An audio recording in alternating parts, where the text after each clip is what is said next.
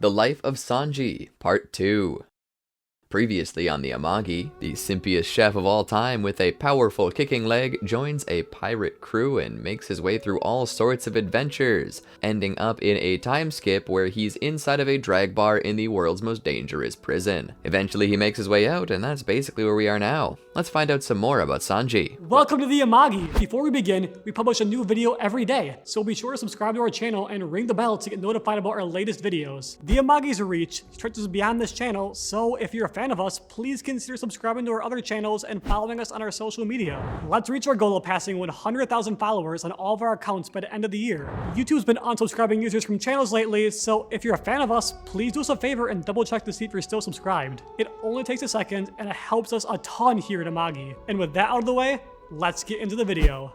Fishman Island Saga. 2 years had passed and Sanji had conquered Ivankov's challenge and changed which eye his hair covered in the process. The Okamas then gave Sanji a ride back to Baratie Archipelago. After arriving to their destination, Sanji was overjoyed to see real women again. The Okamas bid Sanji farewell and said that they hoped to see him again someday. Sanji responded by declaring that he would never return to Momorio Island while giving the Okamas the finger. Sanji thanked them for giving him a ride back and then told them to give Ivankov his best before running off to find Nami and Nico Robin, and exclaiming that he had just returned from hell. After arriving at Shaki's ripoff bar, Sanji was furious to learn that Roronoa Zoro was the first to return and happy that Nami had returned as well. He also thanked Duval for protecting the Thousand Sunny. During a conversation with Rayleigh, Sanji commented that Monkey D. Luffy must have gotten stronger training under the first mate of the Pirate King. Sanji also wondered how Nami had grown during those 2 years when having a nosebleed. He later asked a fisherman for some fish, but the fisherman was worrying over a green-haired man who had accidentally gotten on a pirate ship. Sanji, suspecting that it was Zoro, showed the old man Zoro's wanted poster, covering up wanted and his bounty value, and asked if that was the man.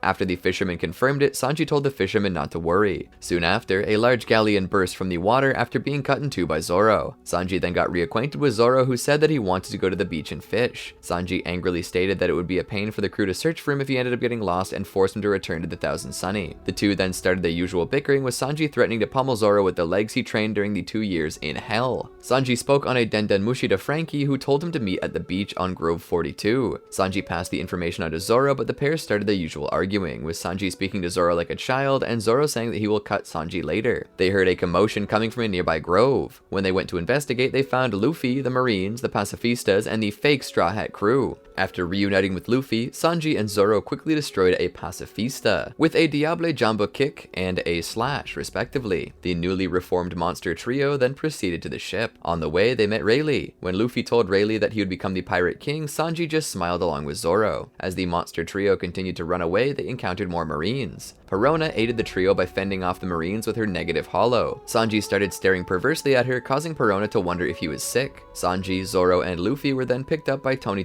Chopper and a giant bird, and were flown back to the ship. Upon seeing Robin and Nami for the first time in 2 years, Sanji suffered a massive nosebleed. Later, when Boa Hancock aided the Straw Hat Pirates by intercepting a Marine ship, Sanji turned to stone simply at the sight of her, and quickly became jealous of Luffy when he heard he was friends with Hancock and was sent to the all-female Amazon Lily. He then suffered a pain in his heart when he sensed his Okama friends helping him. With the Marines held back by the Straw Hats' new allies, the crew submerged and headed for Fishman Island. While sailing under the ocean, Sanji and the crew marveled at the sight of the underwater world. As Nami started to explain the properties of the resin that was used to coat the ship, Sanji got another massive nosebleed just by seeing Nami move. Sanji propelled himself out of the coated ship and had to be grabbed and pulled back in by Luffy. When Frankie told the crew that they owed a debt to Kuma for saving them from Kizaru and protecting the Thousand Sunny for 2 years, Sanji woke up and once again expressed his bitterness of getting sent to Momoiro while Luffy was sent to Amazon Lily. Brook attempted to cheer him up with a song, but Sanji declined because it would only make him feel worse. As the ship descended further, the Straw Hats marveled at how dark it had become and how deep they had gone. However, with the help of their sea cow, the Caribou pirates caught up with the Straw Hats and prepared for battle. Caribou quickly set foot on the Thousand Sunny. Before his crew could follow, their sea cow, which turned out to be Mumu, fled in fear after after seeing Nami, Sanji, and Luffy,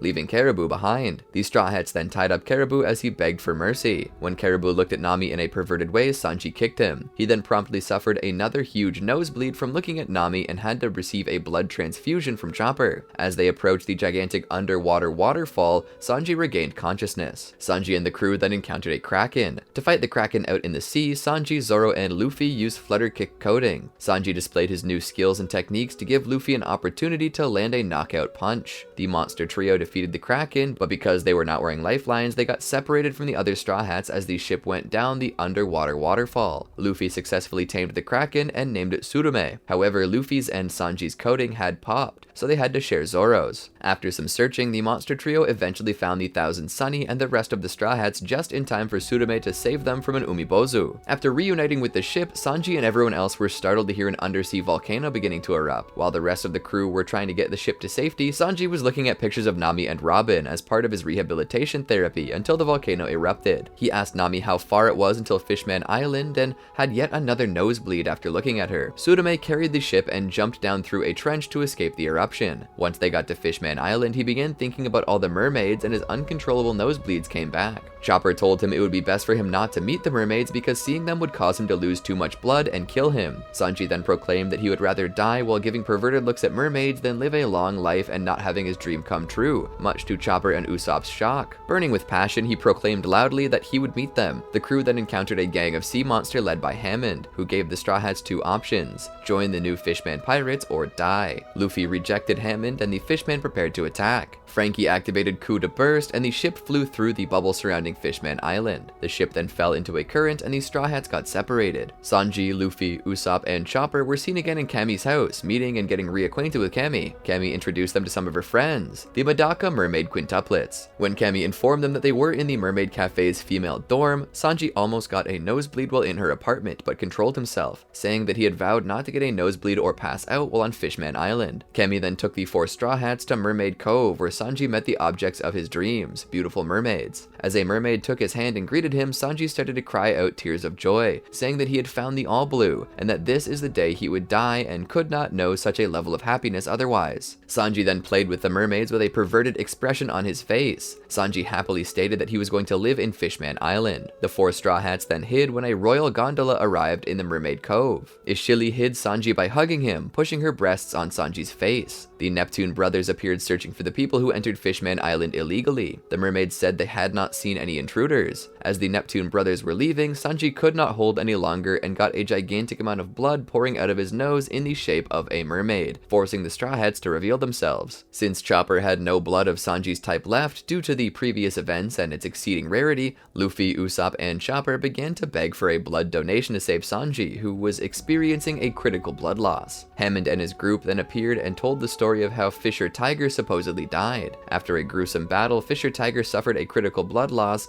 and could have been saved with a blood transfusion, but humans refused to help him. Hammond went on to say that because of the humans who left Fisher Tiger to die, there was a law that prevented fishmen and merfolk from sharing blood with humans. The Fishman pirates attempted to capture the four Straw Hats, but Luffy repelled them. Cammy stole the royal gondola and transports the Straw Hats to the port town, where most humans on the island should be. At the port town, Cammy and the four pirates found shelter in Madame Shirley's Mermaid Cafe. Madame Shirley provided them a room where they could treat Sanji. The Straw Hats luckily found blood donors for Sanji. After Sanji woke up, he was horrified to see that his blood donors are two Okamas, Splash and Splatter. Later, the Ammonites arrived to arrest him for Chopper because of Madame Shirley's prediction, and because of the false accusation for mermaid kidnappings. After Chopper fended off some of the knights, Sanji told him that he was going to see the mermaid princess. Chopper scolded Sanji, telling him that her beauty would instantly kill him. Sanji then defeated the rest of the Ammonites. Sanji expressed his disappointment of having to give up his chance of going to Ryugu Palace since they were trying to handcuff him. Chopper scolded Sanji for overdoing things, but Sanji snapped back saying that what's done is done. Sanji then complimented him on his kung fu points and the reindeer happily danced while claiming to not be happy. Sanji and Chopper then found a wounded Hachan who warns them of an impending attack by the new Fishmen pirates. Chopper then tended to Hachan's wounds while the doctor and Sanji were met with accusations from the Fishman Island citizens. While the citizens demanded the return of the kidnapped mermaids, Sanji tried to explain that they did not kidnap anyone. While hovering above Coral Hill on top of Megalo, Luffy saw them and jumped down to meet them. Megalo, who was holding Princess Shirahoshi in his mouth reached his limit and spit her out. While the Fishman Island citizens instantly concluded this as a mermaid princess kidnapping, Chopper yelled at Sanji to not turn around or else he would get another nosebleed and would truly die. After getting confirmation that the person standing behind him is the mermaid princess, Sanji decided to turn around and look even if it meant death. Instead of getting a nosebleed, Sanji became petrified. The citizens then tied up Sanji and his friends, but were interrupted by the arrival of Vanderdecken 9. After Luffy pummeled Decken into the ground, he checked on Sanji, who reverted to his normal state. The princess and the entire group then hopped on Megalo and flew away. After Luffy punched back Watatsumi, the entire group headed for the Sea Forest. After reaching the Sea Forest and getting acquainted with Franky, Den, and Jinbe, Sanji displayed his old usual flirting personality in front of Shirahoshi. Nami and Kami soon arrived, and Sanji acted normally towards Nami, indicating that he's finally cured of nosebleed tendencies. After Nami and Kami informed the group about Hody Jones's rampage in the Ryugu Kingdom, Jinbe decided to explain the situation and reveal that he was responsible for setting Arlong loose into the East Blue. Before Jinbe started his explanation, Sanji gave Kami, Nami, and Shirahoshi some tea. Nami brushed Sanji off, saying that they were in the middle of a serious conversation. After Nami asked Jinbe about him setting Arlong loose, Sanji stated that he heard about Jinbe from Yosaku, and he thought that Jinbe was as bad as Arlong and was surprised that he allied with Luffy. Sanji then informed the ex-warlord about Nami's suffering at the hands of Arlong, and warned him that what he said next would determine whether or not he should be forgiven.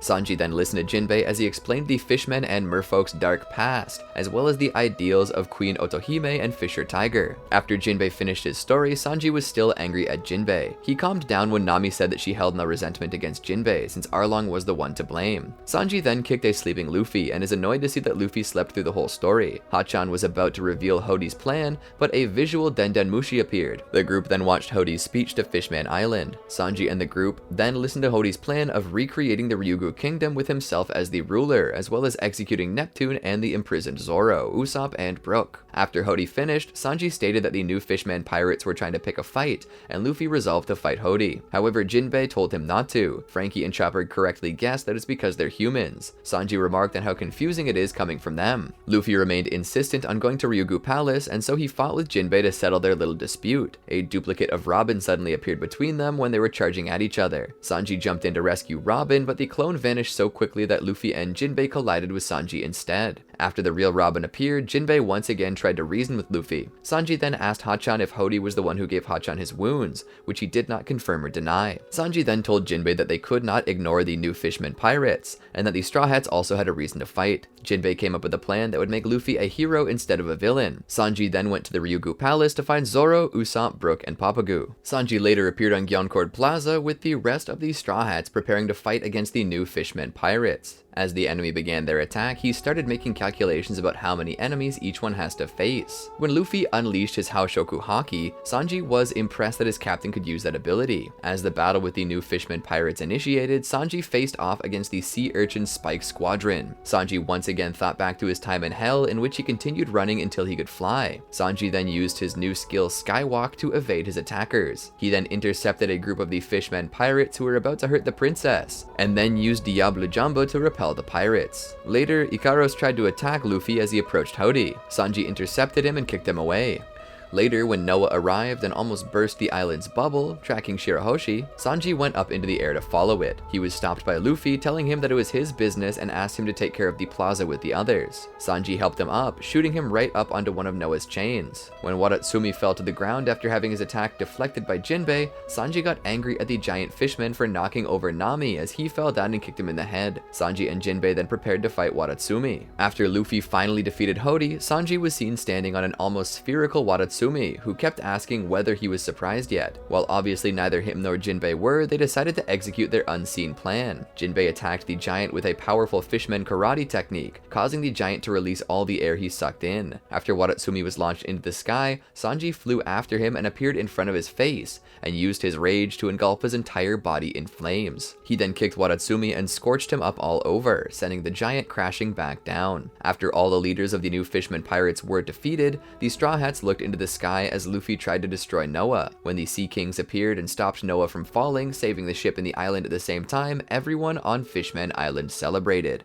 After the battle, Sanji was lying beside the Sunny, jealous that Robin had placed Chopper's head on her lap and not his. He then watched as Chopper performed a blood transfusion on Luffy using Jinbe's blood. Later, when flying through the air on the Sunny, he commented that the crew should not force Jinbe into a corner about joining if he has personal business to take care of. He then suggested staying at the Mermaid Cafe for a whole week at Shirahoshi's request. Sanji then attended the honorary banquet with the rest of his friends at Ryugu Palace and was overjoyed beyond words when the mermaid dancers came out. He later turned to stone when some mermaids joined him, Chopper, and Brook while eating. Later, when Luffy looked over to some of his crew, he saw that Sanji had turned to stone, and Chopper told Luffy that Sanji lusted too much and was recovering. Sanji then listened to Jinbe's recap of what happened in these seats of power over the last 2 years. When Luffy asked Zoro and Sanji if they sent some kind of animal at the palace, they noticed it too and started searching. They arrived at the entrance of Hardshell Tower to find Shirahoshi being absorbed into Caribou's body using his Devil Fruit ability. After Luffy sent Caribou flying out of the palace, Shirahoshi took him in her hands and hugged him, much to Sanji's jealousy, saying that he should have kicked Caribou. When Nami realized that Caribou had all the palace's treasures on him, she asked why they could not have tied him up instead of booting him out. Luffy and Zoro got defensive while Sanji smiles. Nami then threw the monster trio out of the palace so they could pursue Caribou. When the monster trio found Caribou, he was already unconscious. The trio collected all the treasure, and as they headed back to the palace, they arrived at the candy factory and met Big Mom's messengers, Peckhams and Tamago. Sanji demanded to know why they could not just wait for the factory to be repaired. When Sanji learned that Big Mom is not a male, he erroneously pictured her as an attractive, slim woman. He then asked what would happen if the payment is not made, and Tamago explained that the island would be destroyed if the candy is not given. Sanji is presented when Luffy declared war on Big Mom. After returning to the palace and informing the crew of what happened, the monster trio was beaten up by Nami for giving the treasure away. As they prepared to leave, Sanji stated how wonderful it was to see the mermaid princess,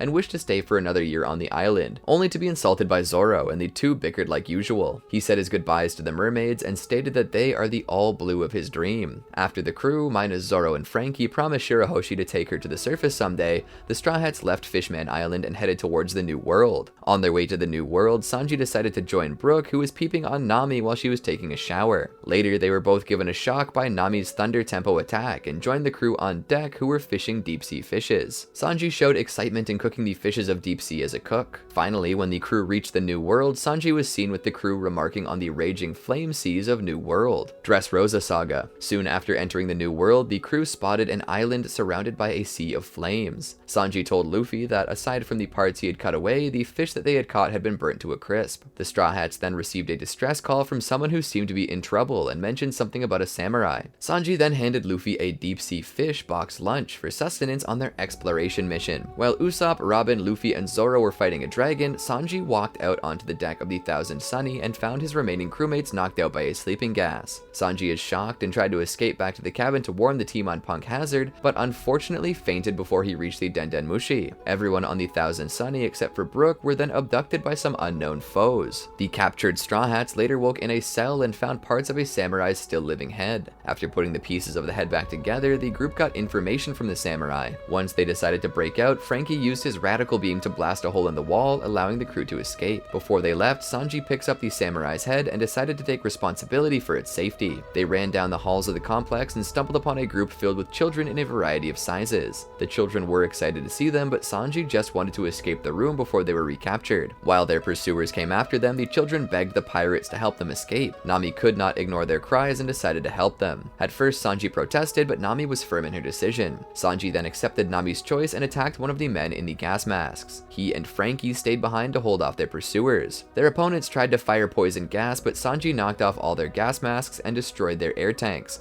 preventing them from doing so. This also revealed that the masked people possessed ram horns, making him wonder if they were sheep. This was confirmed when Sanji and Frankie defeated the masked men and found out that they had goat legs as well. Frankie, Sanji, and the samurai's head then met up with Nami, Chopper, and the children and busted out of PH-006 and ran into the G5 Marines, Smoker, Tashigi, and Law. To avoid combat, they immediately turned around to find another exit. As they were running away, Law used his ability to rearrange the personalities of the Straw Hat pirates, putting Sanji in Nami's body and Chopper in Sanji's body. Sanji, overjoyed that he was in her body, tried to get indecent pictures of Nami, but there were no cameras to be found, and Nami, in Frankie's body, acted out in rage. They then met up with Zoro, Luffy, Robin, Usopp, and Brook, all the while Sanji fondled Nami's body by groping her, much to her frustration. The Straw Hats took shelter in the backside of the facility, tied up Brownbeard, and brought each other up to speed on the current situation. The Straw Hats then interrogated Brownbeard and learned about a man known as Caesar Clown. Kinemon later led the group to find his torso and Sanji in Nami's body, and Brook volunteered to go search for him while having perverted thoughts. Unfortunately for Sanji, Nami made Zoro go with them. While Sanji's group went looking for Kinemon, Chopper, in Sanji's body, discovered that the children were being drugged and experimented on. When Luffy decided to go look for Caesar, Chopper and Nami decided to stay behind to watch the children. Sanji's group then saw the Yeti Cool Brothers' massive footprints and decided to follow them, thinking they might belong to a legendary snowman. When they reached the edge of the cliff, they encountered the Yetis and got shot at with KYP gas, knocking them out and sending them falling off the cliff towards an icicle trap. Fortunately, Zoro destroyed the trap before falling into unconsciousness. When Caesar's subordinates came to collect their corpses, Sanji woke up and attacks them before he violently woke up Brook and Zoro. Sanji then starts to argue with Zoro about taking off to find Kinemon in the first place. Sanji wondered if Kinemon was around. As they were walking, each of them managed to step over Kinemon's frozen body until Zoro noticed him laying there. Stomping on his face to revive him, Sanji pulled him out of the ground, asking if he's alright. Berating the samurai for his hubris and being rescued and ignoring the cold,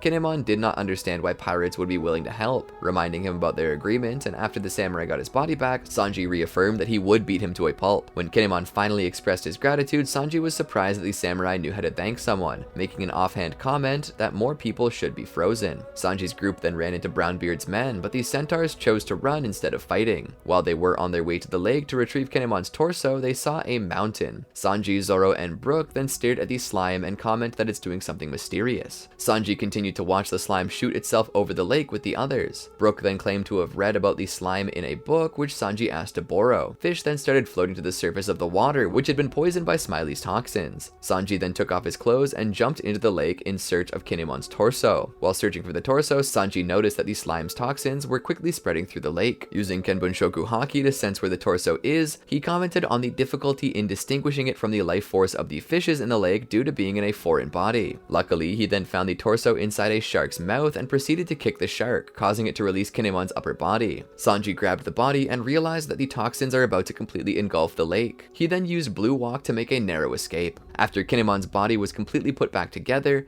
Sanji scolded Kinemon for being kind and apologetic. Once the group noticed that they were completely surrounded by the slimes, Sanji scolded Zoro and Brook for not doing anything about it. Kinemon proceeded to attack the slimes with his Kitsunebi Ryu to cut the slimes as well as the fire caused by the subsequent explosion and clear a path for the four of them. Sanji was later seen fleeing from Smiley along with Zoro, Brook, and Kinemon. He then watched with the others as the slime began to change shape. Resuming its attack again, Zoro and the others began to run, deciding to head for the research facility to find Kinemon's son. As they ran from Smiley, they came across a giant piece of candy left by Caesar for Smiley, and a small dragon made by Vegapunk. They then saw a screen appear with Caesar on it, but chose to continue running. After witnessing Smiley explode, Sanji, Kinemon, Brook, and Zoro ran extremely fast, attempting to get away from the poisonous gas cloud. They then saw the small dragon flying quickly, and Zoro proposed the idea to ride on its back and fly away. Struggling to catch up to it, Sanji was able to rush ahead after feeding his perverse nature. He then caught the dragon, allowing the group to finally ride it. Eventually meeting up with Nami, Usopp, and Brownbeard, the two groups turned their attention to Caesar's lab, where Zoro and Kinemon were able to cut down the iron shutter, allowing them to enter. After the G5 Marines plugged up the hole made by Kinemon and Zoro, they prepared to arrest the Straw Hats and Brownbeards. As Law was telling Smoker and Tashigi to not get in their way, Nami asked Law to switch Sanji and Nami's bodies back. Sanji was obviously not happy about this. Law complied and switched them back. Nami, noticing that she was wearing a different coat, punched Sanji and accused him of peeping at her body. Usopp then told Sanji about an earlier confrontation with Caesar, and Sanji expressed his relief that it was his own body that took damage and not Nami's. Law then told everyone present about a way off the island, but would have 2 hours to escape. Everyone then split into 3 teams. Sanji went with Kinemon, Zoro, Nami, Brook, and Usopp, while the G5 Marines went with Tashigi. Sanji's group decided to rescue the abducted children.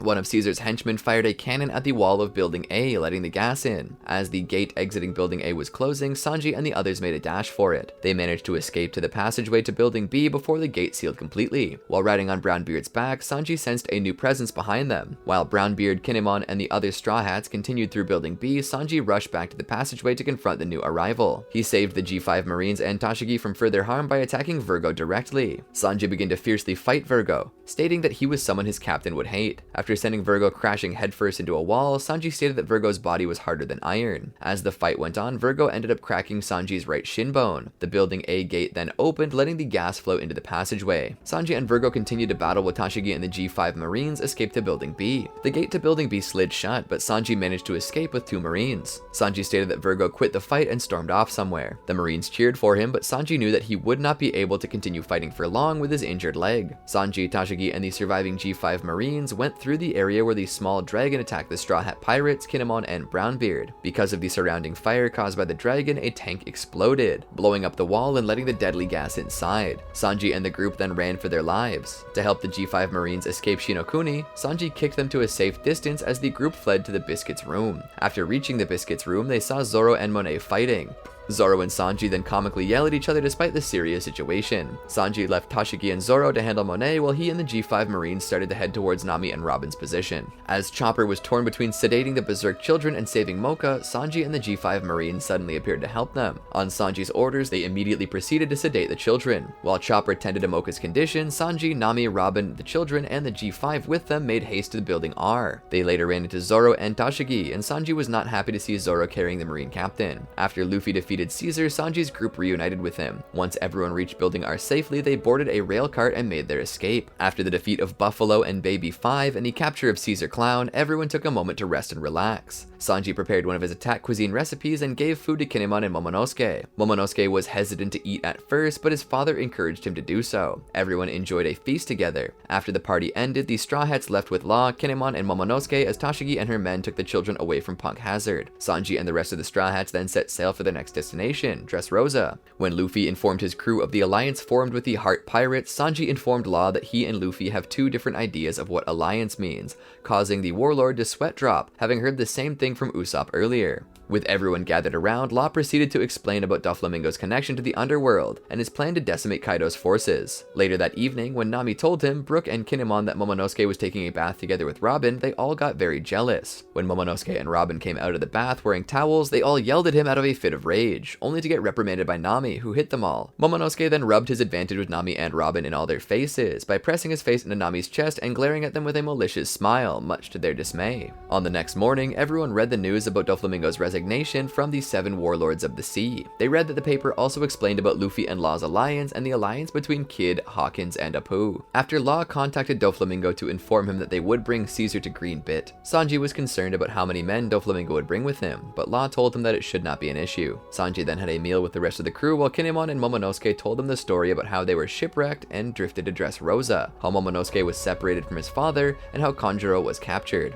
The Thousand Sunny later approached Dressrosa. Sanji, enticed by the great smells coming from the island, went with Zoro, Luffy, Frankie, and Kinemon to save Kanjuro and destroy the Sad Factory. They saw the many wonders of Dressrosa, including fragrant flowers, delicious food, beautiful women, and living toys. After getting disguises so no one would recognize them from the newspaper, the group headed to a restaurant to grab a bite to eat. Sanji questioned why no one is concerned over Doflamingo giving up his spot as king. Later, they found some thugs taking advantage of a blind man while taking his money away in roulette. After Luffy called the thugs bluff, they witnessed the blind man use some gravity-like ability on the thugs. After the man left without saying who he was, a commotion started with various people having their possessions mysteriously stolen. A bystander claimed that it was the work of fairies. Zoro got instantly worked up when he noticed that Shusui was missing. He managed to spot the thief holding his sword and immediately gave chase. Sanji followed him out of concern for his bad sense of direction. Eventually, Zoro stopped running, having lost sight of the thief. While looking around, Sanji was attracted to a beautiful woman named Violet. Zoro ran off, separating from Sanji. Sanji was furious at first, but then he decided to forget about Zoro and enjoy himself. While Sanji was daydreaming, Violet approached him and used him to elude the police. As Sanji became enamored with her, she asked him to escort her and help kill a certain man. While escorting Violet, Sanji took out a sniper targeting them. Violet then lured Sanji into a trap set up by her group called the Trebol Army. After Sanji was beaten badly, Violet commented on how pathetic Sanji was for being so weak towards women. However, Sanji never lost faith in her, and his kind words moved Violet, which led her to betray her comrades. After defeating them, Violet then revealed to Sanji the news about Doflamingo's resignation was a false report. With this newfound knowledge, Sanji contacted Law and informed him that Doflamingo never quit the 7 warlords of the sea and warned him to get out of Greenbit. Sanji then contacted Frankie, who told him to go to the flower field. After Frankie assured Sanji that Nami would be fine with Brook and Chopper with her, Sanji saw a video broadcast from the Corrida Coliseum, which showed Luffy as Lucy participating in the tournament. Violet gave gave Sanji a map to the factory under the guise of a toy house. Sanji, in turn, instructed Violet to wait for him at the western port. Right after this exchange, Kinemon suddenly appeared and surprised Sanji, who proceeded to defeat the man pursuing Kinemon. Having learned that Kanjuro is held at the toy house, Kinemon asked Sanji to accompany him. Sanji and Kinemon then witnessed Luffy's clash with Chinjao on the video broadcast. Kinemon wants to save Kanjuro as soon as possible, but Sanji tells him to wait as there are marines surrounding the Corridor Coliseum. Sanji then scolds Kinemon for cheering Luffy's battle along with the crowd. Kinemon replies with his belief that once a man enters a competition, he must aim for the top to be acknowledged as a real man. Sanji and Kinemon later reunited with Zoro, who was running back to the Thousand Sunny with a dwarf named Wicca. Violet appeared and informed Sanji that the ship had been taken over by Giola and was headed for Greenbit. Sanji decided to save the Sunny while Zoro and Kinemon stayed behind at the Coliseum. On the way to Greenbit, Violet informed Sanji about the marines present in the country. Before parting ways with Violet, she assured him that she would be protected by the government. She also told him that the ship was under attack, and Sanji immediately headed there using Skywalk. Later on, just when Doflamingo was about to attack the Thousand Sunny, Sanji intercepted him in the nick of time. Despite Sanji's best efforts to fend off Doflamingo, he was soon immobilized by his strings. When Doflamingo was about to deal a lethal blow to Sanji, Law intervened by using Shambles and teleported Sanji, Caesar, and himself to the Thousand Sunny. Law asked Sanji about the status of the operation in Dressrosa, only to learn that Zoro's group needed more time. Law revealed that he had Caesar's heart inside of him, and Law's heart was hidden in the Thousand Sunny. After giving Caesar his heart back, Law instructed Nami's group to head for Zou. Nami's group was reluctant to leave behind the other Straw Hats, but they complied when they realized that the ship was facing threats from both Doflamingo and Isho. Sanji noticed that Law was also fixated on Doflamingo when the plan's true objective was supposed to be defeating Kaido. After blocking an attack from Doflamingo, Law informed the Straw Hats about Doflamingo's devil fruit powers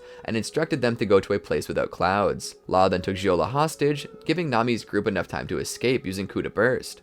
After sailing far away from Dressrosa, Sanji contacted Frankie and Usopp and told them to take care of Robin. He figured that Law's plan was to have Doflamingo and Kaido fight each other and assured Chopper that Law would be fine if he can escape. Sanji then talked to Momonosuke, who began recounting the first time he saw Doflamingo. However, Sanji was thinking about Violet while Momonosuke was telling his story. Sanji's team later engaged in a conference call with Luffy and Frankie's group after Zoro managed to make contact with their captain at the Coliseum. After everyone was brought up to speed and learned about the true situation on Dressrosa, Sanji decided to sail back to Dressrosa to carry out their assault on Doflamingo, much to the dismay of Nami, Chopper, and Brook. On the way back, the group on the Sunny heard the skirmish occurring at the Coliseum through the Denden Mushi and was shocked to hear that an admiral was also present in Dressrosa. The return trip was cut short by the appearance of the Big Mom pirates who were after Caesar. The scientist informed Sanji's group that he made dealings with Big Mom in the past and begged them not to let her crew capture him. Frankie told Sanji not to lead the Big Moms closer to Dressrosa or else Thunder Soldier's rebellion would be ruined. Luffy gave Sanji's group permission to continue on to Zou and allowed Sanji to counterattack against Big Mom's ship.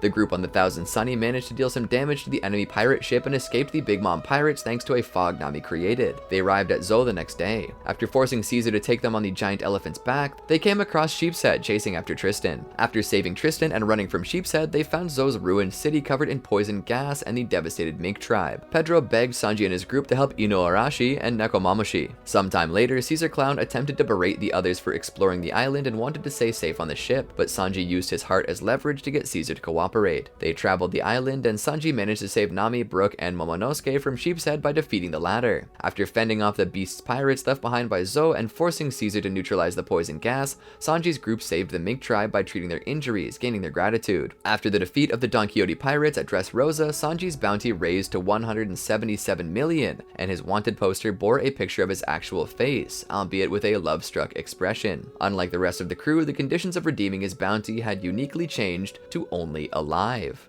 Zou Arc. Several days later, Sanji spent his time happily on Zou, flirting with any mink woman he saw. He and Nami then saw Peckhams and Capone Bege arrive at the island and interact with the minks. Caesar begged Sanji to protect him from the Big Mom pirates again, but Sanji said they did not need him anymore and asked why Big Mom wanted him anyway. After hearing Caesar's explanation, Sanji told him he deserved what was coming. However, Sanji realized that they also had bad blood with Big Mom and decided for him and Brook to talk to Bege and Peckhams. The two groups met in the forest, and Peckhams thanked Sanji for saving his people. The mink revealed they had orders to capture Caesar as well as do something that would tear the Straw Hats apart, but told Sanji that he would repay them by leaving the crew intact as long as they got Caesar. However, Bege shot Peckhams and captured Sanji's group and Caesar, taking them inside his body fortress. Inside, he presented Sanji an invitation to Big Mom's tea party, where he was arranged to be married to the 35th daughter of the Charlotte family, Pudding.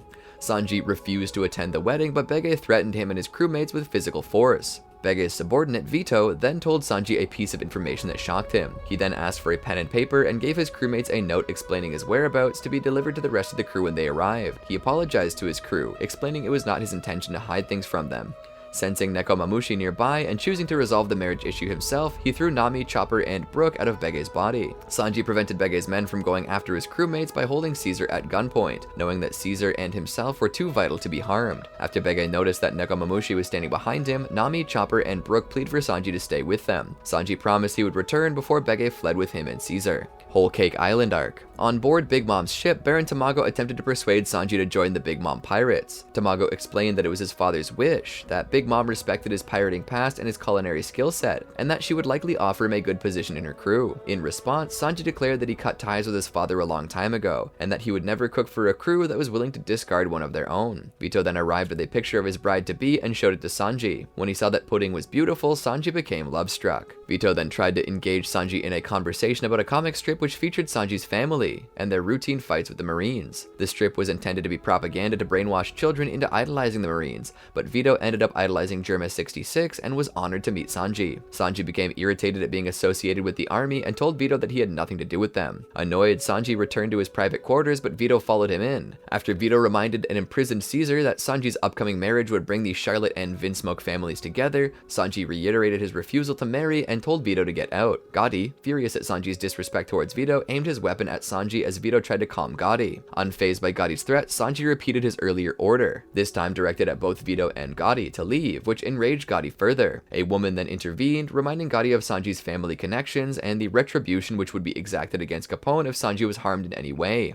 As the woman gave Gotti a scolding, Sanji remarked to himself on the similarity between the woman and another person. 3 days before Luffy and his team arrived at Cacao Island, Sanji met Pudding for the first time. Despite their immediate mutual attraction, Sanji informed Pudding that he would not accede to the wedding because it would force his removal from his crew. Just prior to disembarking on Whole Cake Island, Caesar asked for his heart back. Sanji nonchalantly gave it to Vito instead, much to Caesar's chagrin. With the ocean-going Germa Kingdom assembling at Whole Cake Island, Sanji returned home and reunited with his family for the first time since leaving them 13 years ago. He had a hostile reunion with his younger brother, Vinsmoke Sanji, who was trying to admonish him for refusing to comply with the arranged marriage plans. Sanji then overpowered Sanji in a fight, breaking Sanji's face in the process. Sanji later conversed with his elder sister, Vinsmoke Reiju, in the Germa Kingdom's royal castle. Reiju attempted to convince Sanji to accept his royal heritage, saying that he would have power, wealth, luxury, and loyal soldiers at his disposal. However, when Sanji reiterated his break from the family and his continued refusal to go through with the wedding, Reiju commented that she likes his fiancé. At that moment, his father, Vinsmoke Judge, arrived to speak to Sanji, who greeted him coldly and refused to acknowledge him as his father. After speaking briefly about Sanji,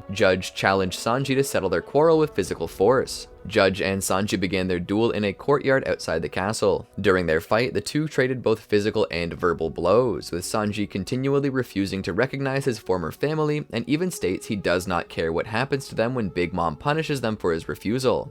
This is punctuated by Sanji's brief recollections of the abuse he received from his family as a child. Judge used his advanced technology and spear to overpower Sanji, who activated Diablo Jamba in response. Judge then called upon his men to form a wall between the two of them. As Sanji yelled at the soldiers to get out of his way, Judge stabbed through one of his men with his spear, blowing away an off-guard Sanji with electrical energy. Back inside the Germa castle, Judge spoke with Sanji as he was being treated by Reiju. Sanji denounced his family again, telling them that despite his hopes that they have improved, they were even worse now than when he had left them 13 years ago. Judge countered by telling Sanji that he never considered Sanji a true son of his, and had only sought him out as a dispensable means of sealing his alliance with Big Mom, which would guarantee the success of the Vinsmokes' attempts to reconquer the North Blue. While Sanji was distracted by Judge's comments, Judge then had Reiju cuff Sanji with exploding wristlets, the keys to which are in Big Mom's possession, threatening Sanji's most valuable assets, his hands, in order to ensure his compliance with the approaching wedding. Sanji tried to remove the wristlets only for Reiju to stop him as a warning alarm was triggered. When left alone on the balcony sometime later, Sanji looked at his shackled hands and yelled out in frustration. On the day before the wedding, Sanji was seen trembling and grasping his upper left arm while watching from the castle balcony, as his two older brothers returned returned to the Germa Kingdom. Sometime later, Sanji was having a meal with his father and siblings. Sanji told Niji to finish what was on his plate, but Niji refused and was irritated when Sanji called him a spoiled prince who does not know the value of food. Niji then angrily called the head chef and threw his plate at her. Sanji caught the plate and scorned Niji for trying to hurt a woman. Sanji then ate the food that fell on the floor and praised the head chef for her cooking, making her cry tears of joy. Niji attempted to kick Sanji, but Judge quickly stopped him. Sanji declared that he stood against everything that his family stood for. Judge then showed Sanji a photo of Zeff and threatened to have him killed if Sanji disobeyed. After reminiscing of his time at the Baratie, Sanji found Cosette lying on the floor severely injured and suspected that it was Niji's doing. Yanji appeared and offered Sanji to take him to their brother. Yanji then led Sanji to a room with large containers containing Germa soldiers. As Sanji stared at the Germa soldiers, Yanji explained to him about their father's past partnership with Vegapunk, the research they were conducting, and that the soldiers are actually cloned humans. Ichiji and Niji appeared shortly afterwards, and Sanji immediately attacked Niji out of anger. Sanji kicked Niji in the face and broke his jaw. Before Sanji could attack any further, Ichiji reminded Sanji of what would happen to Zeff should he fight back. And while his younger brother was distracted, Niji quickly fixed his face, got back up, and knocked Sanji down. Ichiji then welcomed Sanji back home and reminded Sanji of his inferior status in the family, causing some painful memories for him. After beating him while he lay on the floor, Sanji's brothers left the room as doctors tended to him, but Reiju entered and ordered the doctors away. Reiju asked why Sanji had decided to return to the family that had given him virtually no pleasant memories, and expressed curiosity over why he had to go through so much more pain for a restaurant owner. At a changing room, Reiju placed a gelatinous mask on Sanji, which returned his swollen face to normal. Reiju explained that his face was still injured, but his current state would be better for his meeting with Pudding. Reiju also said that even though Pudding's last name would not change upon marriage, Sanji would still be able to live a happy life with her if she likes him. Sanji got angry, but Reiju reminded him that it was his choice to come back and that this was the extent of the help she would give him. Reiju then asked where Sanji got his chivalry from. After reminiscing on Zeff's teachings, Sanji answered that he was just following the old laws of the universe. Sanji was then brought out to go to the Whole Cake Chateau for the gift exchange with Big Mom, and the Germa 66 soldiers cheered Sanji on as the Vinsmoke family boarded a carriage pulled by a large cat. Sanji sat in sullen silence in the back of the carriage between Niji and Yanji. On the way to the Whole Cake Chateau, Luffy and Nami caught up to the carriage. Sanji was shocked to see them as Luffy leapt onto the carriage, asking Sanji to return with him. Remembering Judge's warning, Sanji kicked Luffy off the carriage and coldly told him to leave. Luffy refused to listen and Yanji was about to fight him. Sanji stopped his brother and volunteered to handle Luffy himself. As Sanji approached Luffy, he further insulted the latter before kicking him in the face. Luffy withstood the attack and remained on his feet. Sanji continued the confrontation by repeatedly kicking Luffy until he finally collapsed. Nami then slapped Sanji in anguish for his insults. After Sanji returned to his family's carriage, Luffy yelled to Sanji, saying that he knew that Sanji never meant what he said. Luffy declared that he would wait for Sanji and would gladly starve to death if he does not return. Luffy went on saying that he would not eat any food unless it's made by Sanji's hands. While hearing Luffy's words,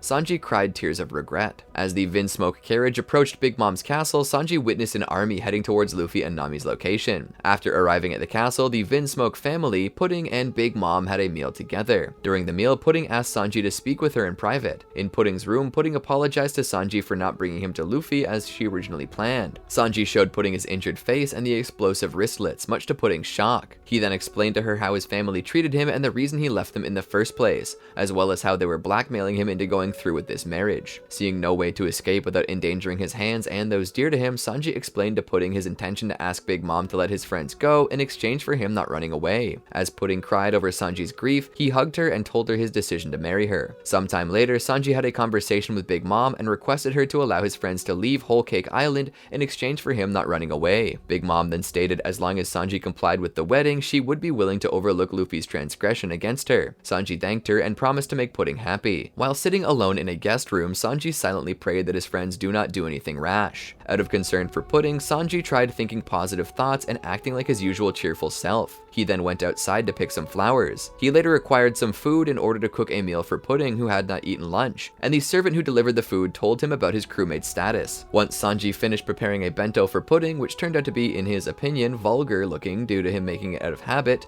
he went to Pudding's room, but the door would not let him in. He then decided to enter Pudding's room from the balcony. He then spotted Reiju in Pudding's room and overheard Pudding as she showed her sinister side and stated Big Mom's plan to kill the entire Vinsmoke family during the wedding. Sanji stood outside in the rain in shocked silence. As Pudding continued insulting Sanji in front of Reiju, Sanji stood quietly and shed a tear as he tried lighting a cigarette. Sanji later left the balcony while Pudding altered Reiju's memories. He then went to the infirmary, and after subduing and tying up the guard, he spoke to Reiju when she regained consciousness. He told her about what had happened between her and Pudding, and she accepted his explanation. To Sanji's shock, she proceeded to tell him that they should act as if they knew nothing, and allow the assassination of their family, whom she referred to collectively as murderers, to go ahead during the tea party. She then revealed to Sanji the circumstances behind his birth, explaining that their mother had given her life to ensure that Sanji's capacity to feel emotions would not be corrupted by their father's plans. An upset Sanji nonetheless continued to resist, not wanting Reiju to be killed along with their father and brothers, but Reiju informed Sanji that she had switched out his exploding wristlets with fakes, and urged him to leave Whole Cake Island with the other Straw Hats. Sanji still refused to leave the island due to his concern for the Baratie chefs and the Straw Hats. He later left the infirmary and sat alone somewhere in the castle, evaluating everything that had happened, before deciding that he could not turn back now. As he looked at the bento box he made for Pudding, he remembered that he made his crewmates' favorite foods and tried to forget them. Sanji once again decided to give in and go along with the wedding before Bobbin bumped into him. When Bobbin tried to eat the meat from the bento box, Sanji promptly kicked him into the wall. Sanji was initially shaken from his own actions, but he quickly grabbed the bento box and ran as guards were coming to his location. After leaving the castle, Sanji traveled through Sweet City with the bento box and fended off a dog along the way. He eventually arrived at the place where Luffy promised to wait for him. Sanji found Luffy after hearing his stomach growling. Luffy woke up when he smelled the bento box Sanji was carrying. Sanji gave the box to him and Luffy happily ate the food. When Luffy once again asked Sanji to leave with him, Sanji explained his reasons why he could not. Luffy responded by punching Sanji and demanded him to tell the truth. Sanji broke down in tears, saying that he wanted to return to the crew but did not want to leave his family to die. Luffy then gave Sanji his support, saying that they would ruin the wedding together. Afterwards, Sanji was surprised to hear that Jinbe appeared and was relieved to know that Nami was safe. However, Sanji expressed regret for all the grief he caused her.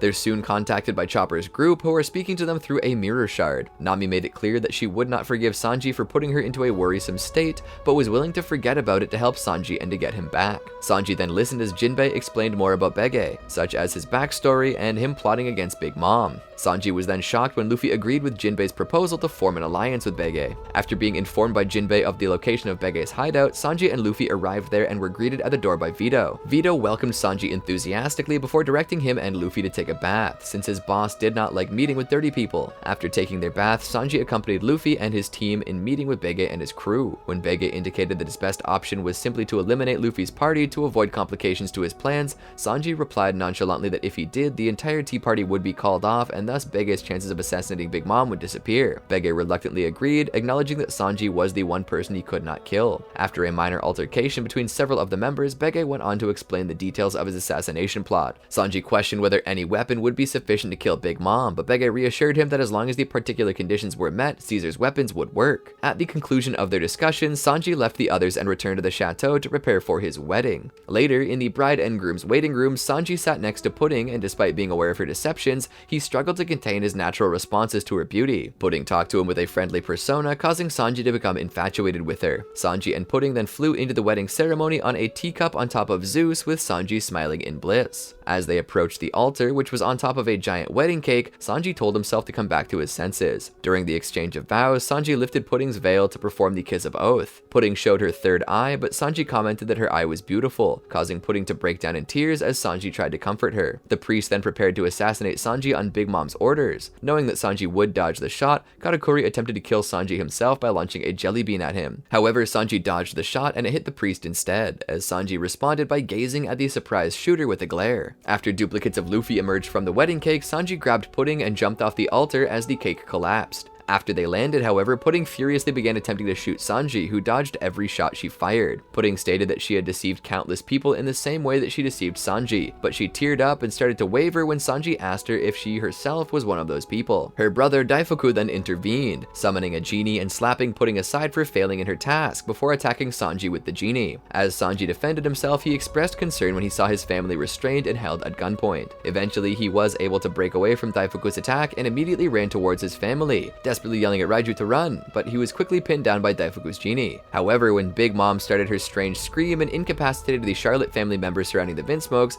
Sanji was able to free his family by shattering the hardened candy that had been restraining them. After freeing his family, Sanji watched as Bege, Vito, and Gotti fired their KX launches at Big Mom. However, Big Mom's scream detonated the rockets before they could reach her. With the assassination attempt a failure, Caesar flew into the venue with the escape mirror and Bege signaled the Alliance members to retreat. Before they could escape into the mirror, Big Mom screamed shattered it, leaving the alliance trapped in the venue. After Bege transformed into Big Father, Sanji gestured to his father to get inside. The rest of the family put on their raid suits and attacked the Charlotte children who were restraining Nami, Chopper, and Carrot. Once Reiju forced Smoothie to release Nami, Sanji caught Nami in his arms before retreating inside Bege's fortress. As Bege's fortress came under attack by Big Mom, Judge questioned Sanji on his reason for saving him. Sanji replied it was to honor his real father, Zeff, and told Judge never to go near him nor East Blue ever again. Judge obliged, and the Vinsmokes headed out to cover for the alliance as they attempted an escape plan. However, when Reiju was overwhelmed by Big Mom, Sanji and Luffy leapt out and blocked Big Mom's punch, despite Sanji telling Luffy not to. Sanji then dragged Luffy away while Big Mom taunted Luffy by using his previous threats to her, calling him spineless, prompting Luffy to break free from Sanji and briefly clashed with Big Mom using Gear 4. Sanji then carried Luffy again after the latter declared that he would defeat Big Mom after taking down Kaido. Before they could escape, Sanji, Luffy, and the Vinsmoke family were subdued by the Charlotte family. Big Mom was going to execute them, but the Tamatebako dropped to the base of the Whole Cake Chateau and exploded, causing the castle to topple over. As the castle collapsed, Luffy's group, Bege's crew, and the Vinsmoke family got away. Sanji's group and the Fire Tank Pirates rendezvous at the northwest part of Whole Cake Island, where Bege decided to part ways with the Straw Hats. After Brook and Chopper separated from the group to retrieve the shark submerged, the rest head for the Thousand Sunny. As they approached the seducing woods, they ran into King Baum. Nami then used part of Big Mom's Vivre card to control King Baum and force him to transport the fleeing team. However, before they reached the seducing woods, a crazed Big Mom, while riding on Zeus, caught up with them. Using Napoleon in its sword form, Big Mom unleashed an air slash that cut off a part of King Baum. As Big Mom prepared to attack again, Nami diverted Zeus's attention by using thunderclouds, causing the Cloud Homie to veer off course and drop Big Mom. When Sanji and his group reached the seducing woods, Big Mom ordered the Tree Homies to stop the Straw Hats, but King Baum charged through them. Sanji and his group were later forced to jump off King Baum when Prometheus attacked and burned King Baum for his betrayal. As the Sanji retrieval team continued with their escape, the seducing woods homies went to work attacking the Straw Hats and changing the landscape to confuse them. Several Big Mom pirates caught up to their captain and clashed with the Sanji retrieval team. The team pulled out of the conflict quickly, knowing they could not split up there. While Zeus ate Nami's weather egg, Sanji grabbed Nami and continued running. Zeus grew massively and became stormy, and Nami took the opportunity to summon a massive lightning bolt that struck the Big Mom pirates pursuing them. Nami's attack left Big Mom laying at the bottom of a crater. To the Straw Hats' shock, Big Mom was barely affected and continued to move. She ate through the ground as she moved back up, and the team started running again. They were then approached by Pudding and Chiffon, and Pudding tried to tell Sanji about their mission to make a cake, but quickly impeded herself with mood swings as she went from being in love with Sanji and wanting to kill him and back. Chiffon took the lead as she petitioned for Sanji to help them make a cake to satiate Big Mom's eating disorder, and Sanji readily agreed to assist them. Big Mom then got back on her feet and unleashed another devastating air slash that barely missed. The two groups parted ways, with Sanji hopping on Rabian and heading to Cacao Island with Pudding and Chiffon. The crew then flew away from Whole Cake Island, passing over the Thousand Sunny, where Sanji saw Brook and Chopper holding their own against the chess soldiers on board. Sanji had faith that his friends would pull through and declared to make a cake that would make Big Mom faint. As they traveled to Cacao Island, Sanji learned from Chiffon that Lola was once Totoland's Minister of Chocolate before she ran away. Sanji noted that Lola was a master chocolatier and then told Pudding to get out of her hiding spot inside Rabian's folds. Pudding acted like she hated Sanji and claimed that she did not want to be seen next to him and be mistaken as his wife, but she became love-struck when Sanji told her not to fall. As Pudding continued to be split on her feelings towards Sanji, the trio approached Cacao Island. Sanji, Pudding, and Chiffon arrived at Chocolate Town at Cacao Island, where Sanji was hidden away inside Rabian's folds and Chiffon acted as though she was Pudding's prisoner. Pudding enlisted the help of Whole Cake Island's 31 most renowned head chefs, and at the sweets factory she altered their memories to make them believe the wedding had gone smoothly and Big Mom's first cake had been destroyed by bad weather. Inside the factory, Sanji came out of hiding and revealed that he designed the cake during the time that he was hidden. When he showed it to Chiffon, she was amazed that Sanji recalled the ingredients through his sense of smell. As the chefs prepared to work, they were in awe at how he drew the diagram and listed the ingredients perfectly. Sanji then explained his plan to prepare the cake for delivery in 3 hours and complete it by the time they take it to Big Mom. With Chiffon making the base layers, Pudding making the chocolate, and Sanji preparing a secret ingredient, the cake baking officially got underway. As Sanji and the chefs worked on making the cake, they heard a commotion outside the factory but remained focused on their task. While Brûlé was speaking to Pudding through a Dendenmushi, Sanji heard about the Straw Hats' planned rendezvous point and Luffy's battle with Katakuri. Pudding expressed concern for Luffy, but Sanji was confident that Luffy would prevail. While Sanji was making his special ingredient, Chiffon noticed that he was grinning to himself. Chiffon then scolded him and told him to be more serious, reminding him what was at stake. Sanji replied that he was thinking of Big Mom's delighted face, much to Chiffon's annoyance. Sanji eventually completed his secret ingredient, the Sim Sim cream, which caused a chef to faint from the sweetness when he tried it. With the baking of the cake completed, Sanji and the chefs prepared to set sail and rendezvous with the Thousand Sunny. As Sanji, while in disguise, Pudding, Chiffon, and the group of chefs were leaving the factory with the cake, they were met by Oven, who attacked Chiffon for her role in Bege's assassination attempt. While Pound charged at Oven, Sanji quickly moved in to kick Oven in the head before grabbing Chiffon. They continued on to the harbor, but Oven caught up to them and confronted Chiffon again. They then went to the harbor where Oven intended to use Chiffon as a hostage to force Bege to surrender. However, as Bege's ship approached the island, Bege shot Oven in the face with an explosive round. With Chiffon freed, Sanji prepared to back up Bege. As Bege piloted the Nostra Castello on Cacao Island, revealing that it could travel on land with tank treads, Sanji used a kick to lift the carriage holding the chefs, including Pudding and Chiffon, and the wedding cake onto the deck of Bege's ship before boarding himself. When the ship returned to the sea, Oven tried preventing their escape by boiling the sea, but he was thwarted by Pound. Having escaped Oven, Sanji and the chefs proceeded with adding decorations to the cake. On the way to the Thousand Sunny, Sanji and Bege had an argument on what to do with the cake, with Sanji claiming that his special ingredient would stop Big Mom. Sanji then fed Bege the Sim Sim cream, causing him to briefly faint with bliss. After Bege regained consciousness, Sanji told him he may attempt to assassinate Big Mom after she ate the cake. Eventually, Sanji and the chefs successfully completed the cake. Pudding briefly relapsed into her evil persona and mocked Sanji by saying that he might be too late. Sanji then declared that he had to meet up with his friends because they believed in him. As they approached the Thousand Sunny, Sanji was overjoyed to see Nami again. Bege promised Sanji that he would not tamper with the cake before feeding it to Big Mom. Accepting Bege's words, Sanji left the cake in his hands. Pudding then took Sanji back to the Sunny on Rabian, while Sanji hid inside its folds. Upon returning to the Sunny, Sanji was embraced by Nami and Brook. As they set course for Cacao Island to retrieve Luffy, Sanji revealed that the Big Mom pirates were aware of their rendezvous point. Sanji and Pudding went on ahead to Cacao Island to help Luffy. While riding on Rabian, Sanji thanked Pudding for her help, causing her to become extremely flustered. Sanji swore that he would save Luffy. After arriving back at Cacao Island, Sanji and Pudding hid in the shadows as they saw the forces that the Big Mom pirates gathered there. Sanji told Pudding that they would be parting ways when Luffy returned, and also told her that he was glad that she was his fiancée, causing Pudding to become emotional. Before ending their conversation, Pudding made one last request and kissed Sanji, but removed his memory of it immediately afterwards,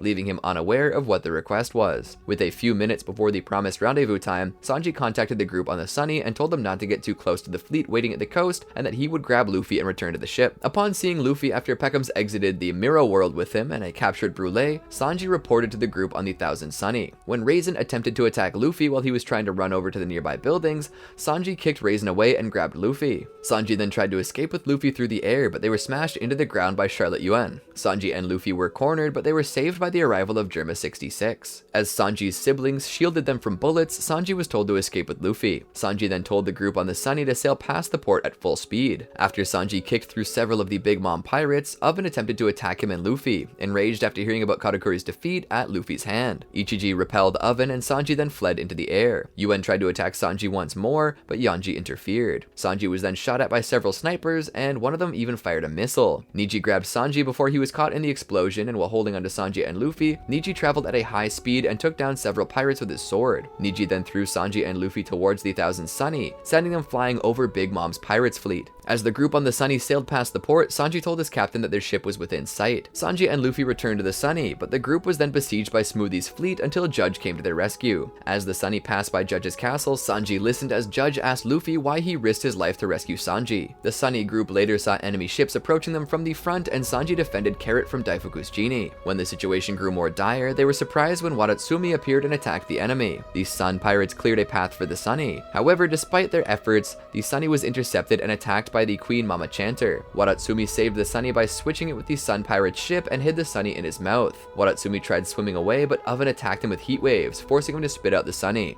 As the Sun pirates held back the Big Mom pirates, Jinbe decided to stay behind to help them, and Luffy consented to his decision. After Jinbe joined his former crew in battle, the Sunny group sailed far away from Cacao Island. After escaping from Taro Land, Sanji learned about Pedro's self-sacrifice and expressed some regrets. Carrot tried to cheer Sanji up but ended up crying, prompting Sanji to comfort her. Later, Sanji cooked a meal for the Sunny group. Levely Arc. Sanji realized that he received a raid suit from Niji during the escape from Cacao Island. Sanji considered it as an insult and wanted nothing from his family. However, Luffy and Chopper begged him not to throw it away, and then he tossed the canister to them. Upon seeing Zeus, Sanji told the clown homie that he was Nami's servant first, but Zeus reminded Sanji that it lives inside the climate act. Carrot received the newspaper and the group read it. Sanji saw his new bounty of 330 million and was pleased to have a higher bounty than Zoro, but was dismayed that his family name was included on the poster. The group initially thought Luffy's bounty went down to 150 million because Luffy misread it, but Brook later had a closer look at Luffy's bounty poster, and the group was shocked that Luffy's bounty increased to 1.5 billion. Wano Country Arc. As the Thousand Sunny continued towards Wano Country, the group was informed of the Levely through a newspaper, and Sanji was overjoyed to see Vivi on the newspaper as well as some other princesses. He even cut out parts of the paper to keep for himself. The group then encountered an unusual weather disturbance in their direction, followed by an octopus on their ship as well as a huge school of carp on their side. After a bumpy ride across a river, the ship climbed up a waterfall. Once they reached the top, they came across a whirlpool. Sanji carried Nami, Chopper, Carrot, and Brook away from the ship, but Luffy got dragged into the whirlpool along with the Sunny. After Luffy got separated, the group searched for him, but only found his Viver card. They later got in touch with Kinemon as they reunited with Luffy at the ruins of Oden Castle. With Law, Momonosuke, and Kiku also present, Kinemon explained how he and his group traveled through time to escape Orochi's attack 20 years ago. Sanji then listened as Kinemon explained more about the past, such as the story of Oden, the time of his execution, the rumor about Toki, and what Kinemon's group did right after arriving at present time. Kinemon then went over the plan to attack Onigashima, the island where Kaido resided, in 2 weeks. Kinemon explained more about the Fire Festival and how the decisive battle would play out. Sanji explained his intent to compete with Kinemon for Kiku's affection, but Kinemon pointed out that he was already married to another woman, making Sanji envious. He then gave the group specific tasks to do and explained that Sanji's cooking skills would be able to draw in crowds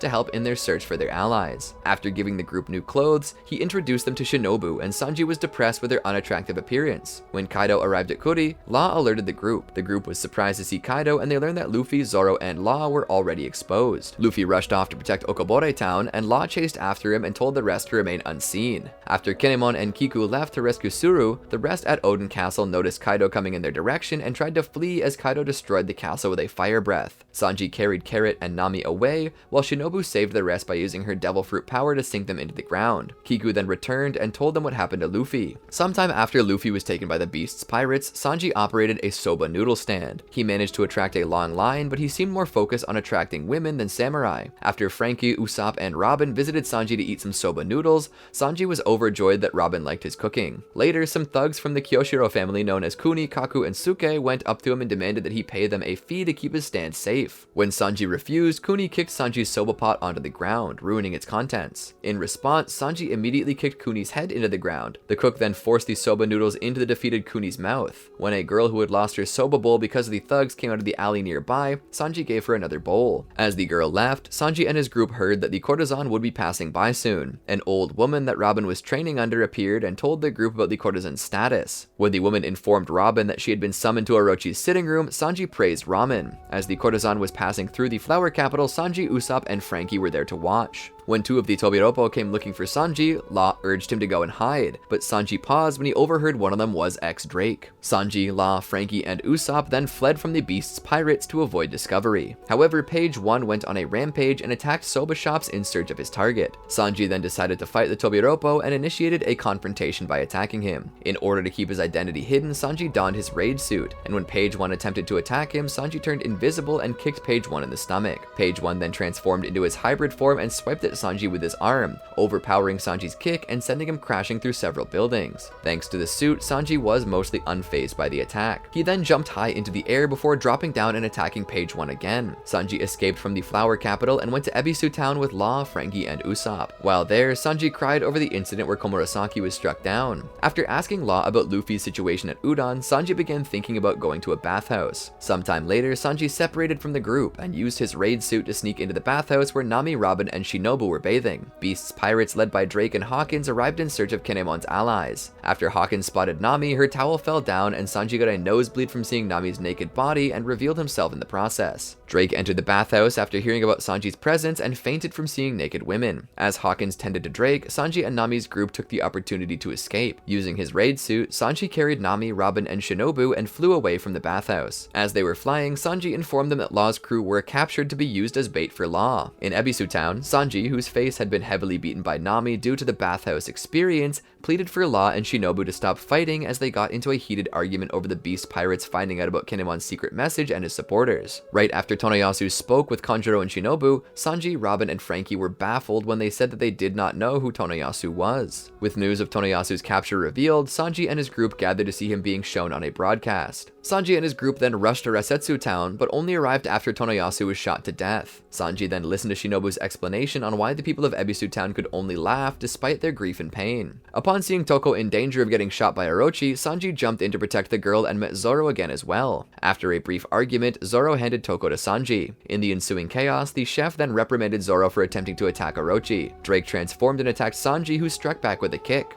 While under attack by Drake, Sanji handed Toko to Usopp. While Sanji tried to land a hit, Drake slammed him into the ground with his tail. Drake relentlessly continued with his attacks, but Sanji noticed a woman in trouble. Sanji dashed off to save her, but Zoro saved her first. Sanji was then deeply shocked to see that Zoro was acquainted with her. As the flower capital went into high alert, Shinobu and Sanji surveyed the situation from a rooftop. Shinobu pointed out that they still needed to free Kozuki family supporters that were imprisoned. The two also noticed the citizens preparing for the fire festival. They later joined a meeting with several key alliance members at Amigasa village. The group later heard from Zoro and Kawamatsu that Hiyori was alive. After finding out the woman that was with Zoro, Sanji began pampering Momonosuke. He was later shocked to see Enma's destructive power when Zoro gave it a test swing. On the day of the fire festival, the Straw Hats sailed to Tokage Port on the Thousand Sunny to join the Scabbards and enter the battle with the Beast's pirates. While Kanjuro fled to Onigashima with Momonosuke in tow, the Straw Hats learned that Kanjuro was a spy working for Orochi. Sanji tried to pursue Kanjuro but stopped when the latter conjured an ink cloud that rained down ink arrows. Sanji then used his own body to shield Nami from the attack. As the Alliance was attacked by a Beast pirate ship with long-range cannons, the Straw Hats were overjoyed to see Jinbe arriving and joining the battle. With Jinbe officially part of the crew, the Straw Hats proceeded to take over the port in front of Onigashima. The crew then arrived at Onigashima with the rebels. After disembarking, Sanji received a Beast pirate's disguise from Kinemon. As the Straw Hats made their way into Kaido's stronghold, Sanji rode on Brachio Tank 5. The group in the tank and Kinemon's forces reached the pleasure hall owned by Black Maria. Sanji excitedly entered the brothel, but then exited the building with disappointment. He soon separated from the two groups and went somewhere on his own. After the all-out attack on the Beast Pirates began, Sanji went to the live stage in his raid suit and rescued Momonosuke after King thwarted Shinobu's attempt. While clashing with King in midair, Sanji threw Momonosuke to Shinobu before King drove Sanji into a nearby tower. Thanks to his raid suit, Sanji managed to withstand King's attack. After recovering, Sanji rejoined his crew up on the live stage. Sanji watched with amusement as Luffy rushed forward and took out one of the numbers. When Page 1 and Ulti appeared, Luffy and Sanji watched Usopp and Nami draw them away. Before they could go after the Scabbards, Scratchman and Apu attacked the two, but they quickly covered their ears. Apu then summoned Hacha to attack them, but Sanji suggested they should ignore him instead and avoid wasting time in the pointless fight. As they continued on, Sanji was still frustrated with having to keep Luffy from engaging in pointless fights. After Jinbe took care of Briscola for them, he offered to escort Luffy to the roof of Kaido's estate. Despite being slightly irritated since that was his job, Sanji advised Jinbe to watch out since Luffy would engage in any fight if given the chance. The trio reached the first level of the castle, and Sanji and Jinbe defeated two Shinuchis before proceeding. At the middle of the second level, Sanji heard something that grabbed his attention. He separated from Luffy and Jinbe to rescue a woman, but he fell into a trap and was captured by Black Maria and her subordinates. Sanji tried running away, but Black Maria and her group chased after him. Although Sanji was able to fend off Black Maria's male subordinates, his refusal to hit her or her female subordinates allowed Black Maria to trap him once again. She then told him to call out to Robin through a special mask that one of her subordinates wore, saying that it would broadcast his voice through the whole castle and lead Robin right to them. Before she could apply the mask, Black Maria received a call from King that the wounded 9 Scabbards had been spotted in the treasure repository on the castle's second floor,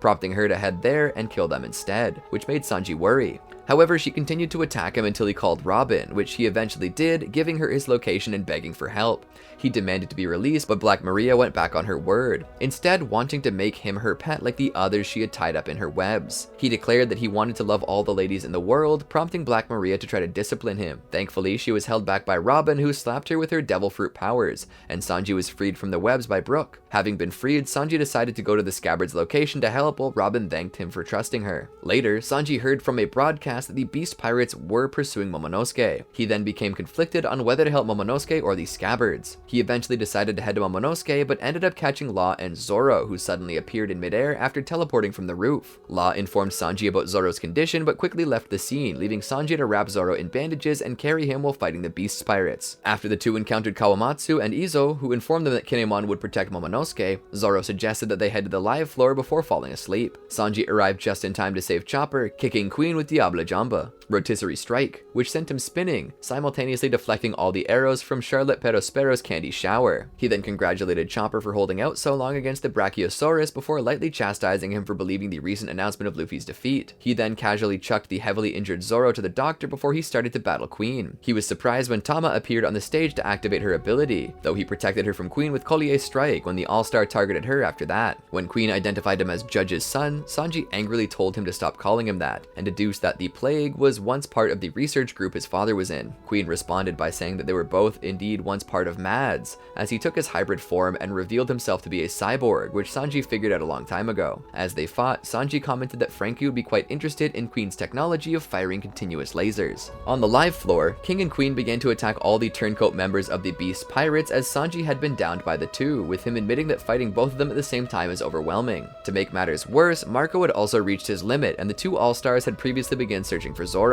Sanji found Chopper with Zoro and told him to flee with him if the medicine wasn't working, but Chopper responded that Zoro had already been administered it was just taking longer due to his condition. Sanji then resumed fighting Queen as King ordered the Beast Pirates to find Zoro and stop him from recovering. King then located Zoro and went to attack him, causing Sanji to rush to his aid, but King's attack was instead blocked by Marco. Queen then met up with King, and when the pair began to attack Marco, Marco does nothing to stop them. He instead says that from this point on, the stars will be taking the stage. Just as he says this, Zoro, who has recovered, strikes King with 3 sword style Rengoku Onigiri, while Sanji strikes Queen with Diable, Mouton Shot. Both Zoro and Sanji then say that they will conquer this battle if it will give them a glimpse of Luffy as the Pirate King. King and Queen quickly recovered from the attack, and Queen began to attack Zoro with Sanji with beams in retaliation, which they both dodged. Zoro questioned why Sanji was acting strangely, and Sanji uncomfortably pointed out that his body has felt off since he started using his raid suit. Zoro warned Sanji not to hold back, causing the two to start bickering, as the pair then blocked an attack from both King and Queen for each other, although with great resentment, and split up to face the All-Stars one-on-one, with Sanji preparing to fight Queen. After Sanji blocked Queen's attempted strike on Zoro with Diable Jamba, Queen began to express his interest in the technology of Germa 66, specifically Judge's modifications of his children and their unique abilities. Queen questioned if Sanji's abilities were a result of these modifications, to which Sanji replied that he is completely human, and he can create his Diable Jamba due to the heat of his passion and not because of his father. He then struck Queen, who defended himself with Busoshoku Haki. He was later caught off guard when a dragon crashed into the live floor with Luffy attached to its horns, and was later surprised alongside Zoro to hear that this dragon was actually Momonosuke, although altered. After Zoro was sent out of the live floor by King, Sanji was left alone fighting Queen on the live floor. The two exchanged attacks, with Queen constantly demanding that Sanji use his raid suit. Sanji also continued to wonder about what was happening with his body. When Queen attacked him once again with black coffee, Sanji retaliated with Bien Kui, grill shot, only for his attack to merely send Queen back a bit, causing Sanji to question how he can get through Queen's tough dinosaur hide. Queen then showcased another modification of his own body, launching his Brachio Toguros technique, coiling around Sanji, with the intention of breaking his bones and inner organs. Sanji was rendered helpless in Queen's grasp, but due to Queen unintentionally being struck by 2 blows from his own torso, whom he previously split with this technique, Sanji was freed from Queen's coil. However, the impact of Queen's technique left his bones broken, giving him a zombie-like appearance. Sanji quickly recovered from this damage by bending his body back into place, to the shock of everyone including himself. He began to wonder to himself if his body had begun to develop his family's modifications,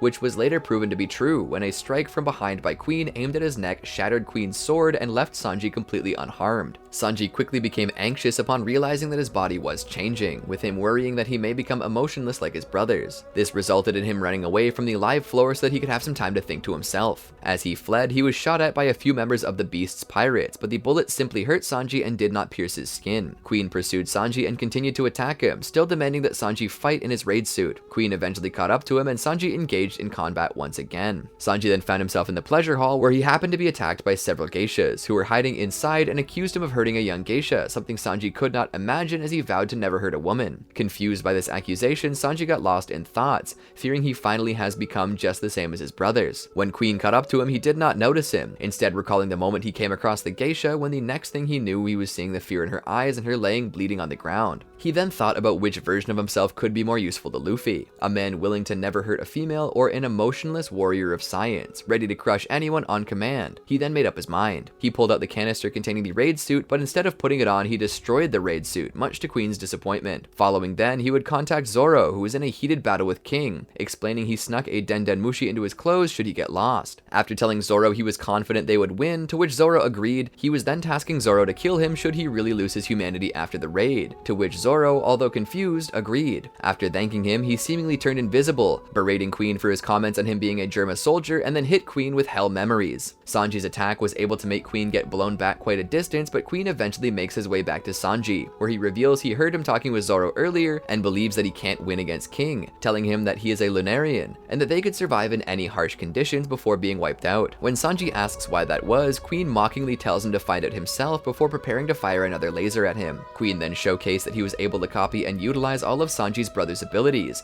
much to Sanji's anger and annoyance, once again yelling at Queen to not call them his family. Sanji was then hit by two of Queen's copied abilities, Sparking Queen and Henry Queen, before Queen, ignoring Sanji's comments and boasting about his scientific genius, grappled Sanji with Winch Queen and smashed him through several walls in a circle. Sanji, however, was able to kick himself out of the grasp, destroying Queen's mechanical arm in the process. Queen angrily shouted at Sanji for the destruction of his arm, with Sanji once again telling Queen that he did warn him not to speak of the Vinsmoke family in Sanji's presence, only for Queen to express his right of free speech. Sanji then kicked Queen in the stomach with Flanche Flyer, assuming Queen must be exhausted and weakened by Sanji's attacks even in his enhanced form, before reassuring Queen he is not the same person he fought on the live floor. Queen, however, was once again able to surprise Sanji by having effectively copied Sanji's raid suit ability to turn invincible, with Sanji doing the same due to his enhanced speed, leaving Queen astonished at Sanji's speed. He then walked through the floor to get the geisha's pet mouse, Chuji. Queen, seeing her, foolishly revealed that he punished her earlier for declining his services after Komorosaki's death. Furious at this revelation and the fact that he accused himself of breaking his most important principle, Sanji then combined his genetic modifications with his armament haki to develop a stronger variant of his Diable Jamba technique, Ifrit Jamba. After shouting at Queen for striking a woman, Sanji sent himself down onto Queen, unleashing a barrage of attacks which culminated in his new attack, Buff Burst, hitting Queen and sending him flying out of Onigashima. Sanji then turned towards Osame, showing her Chuji whom he saved, reminiscing about his childhood and feeding little mice, before collapsing in front of Osame. His injuries were then treated by an unknown person. Following Luffy's awakening, the loud sound of his heartbeat was heard throughout Onigashima and caused Sanji to regain consciousness,